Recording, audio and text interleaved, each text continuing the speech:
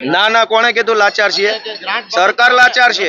નહીં નહીં નહીં, સરકાર ભાજપ લાચાર છે એનું એના અધિક. ના ના ના ના, હા, અમે લાચાર માણસો નથી, અમે ફાઇટર માણસો છીએ.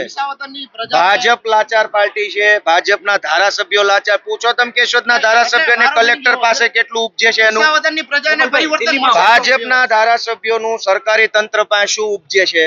કઈ નહીં.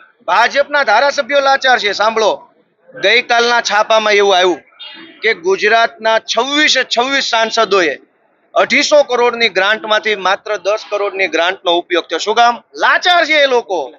અમે ફાઇટર માણસો છીએ. ગુજરાતની જનતાએ અમને જવાબદારી ફાઇટ કરવાની સોંપી છે. અમે ફાઇટ કરશું. ગોપાલભાઈ, આપણે